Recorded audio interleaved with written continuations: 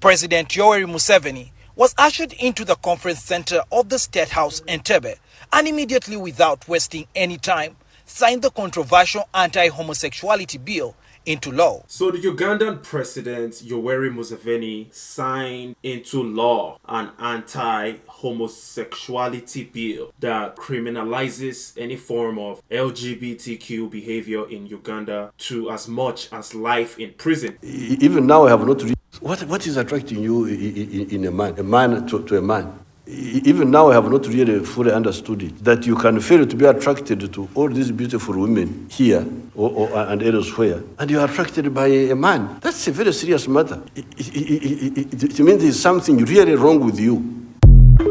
Now, the topic of LGBTQ and how it's handled globally is extremely controversial. Ugandan people do not like that behavior. So be it. It's none of my business. As far as they have come together as a collective and said we do not agree with a certain type of characteristic, then there is nothing I can do about it. I'm not a Ugandan. But what irks me about this situation is I'm not going to forget the fact that Yoweri Museveni he's the king human rights violator in the entire continent of Africa, or at least he's one of them, one of the people that violates human rights at the highest level, not just the rights of the LGBTQ community, but also the rights of non-LGBTQ people. Because clearly this individual in the video, Womb, is just one of the lucky victims that survived Yoweri Museveni's tyranny. As you can see on his chest, he has marks of,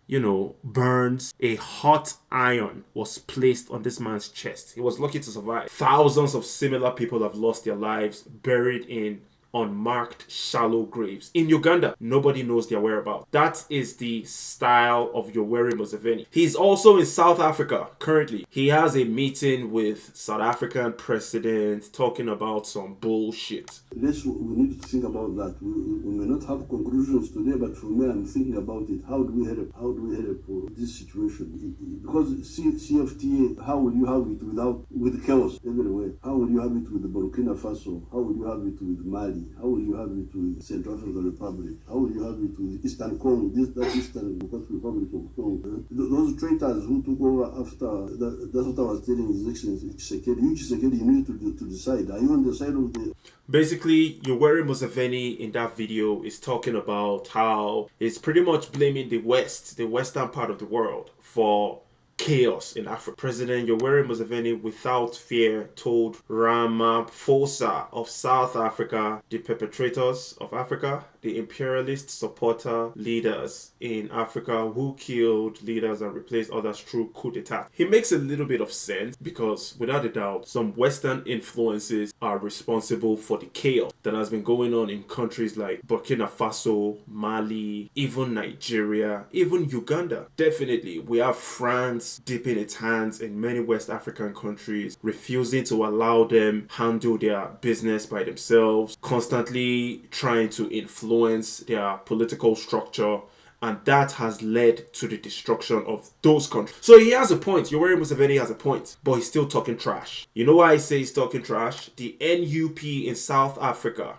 one of the most popular political parties, their members came out to protest against Yoweri Museveni's visit to South Africa because of his human rights violation. So with all of that being said, the people that are celebrating Yoweri Museveni for taking away the rights of gay people in Uganda, most of these people are also victims of Yoweri Museveni and his government. So you celebrating Yoweri Museveni, you're pretty much celebrating your own torch as a Ugandan. You celebrating the fact that he signed this controversial bill into law. You're basically celebrating your own demise. In Uganda, they are requesting to have, the gay community in Uganda is requesting to have, would you give them an ear? The homosexuals in Uganda, they are requesting to have audience with you.